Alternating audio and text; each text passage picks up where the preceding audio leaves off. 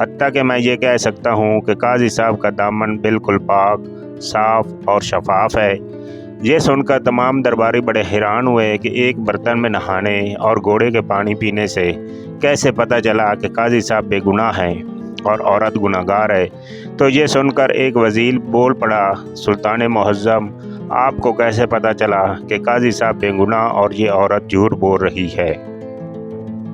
تو سلطان عبدالحمید نے کہا کہ میرے گھوڑے کی یہ خاصیت ہے کہ نجس پانی کو منہ نہیں لگاتا، پینا تو دور کی بات ہے، اور اگر قاضی صاحب نے اس کے ساتھ بدکاری کی ہوتی تو یہ پانی نجس ہو جاتا اور گھوڑا اس کو کبھی منہ نہیں لگاتا، اس لیے عورت سراسر جھوٹ بول رہی ہے۔ اس کے بعد سلطان نے اس عورت کو کہا کہ اپنے الفاظ میں تم صاف صاف اور سچ سچ بتاؤ، ورنہ تمہیں ایسی سزا ملے گی کہ تم اوروں کے لیے نشان عبرت بن جاؤ گی۔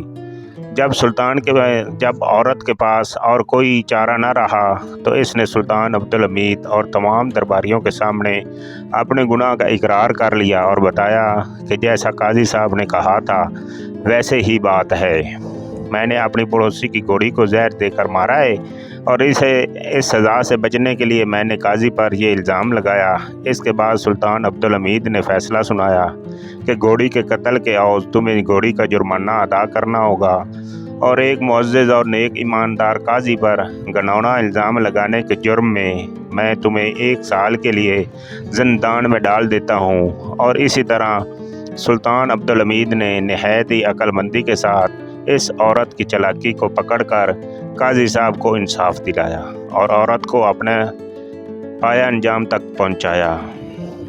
آپ کو یہ کہانی اچھی لگی ہو تو چینل کو لائک اور سبسکرائب ضرور کیجیے اور دوستوں کے ساتھ شیئر کیجیے۔ والسلام۔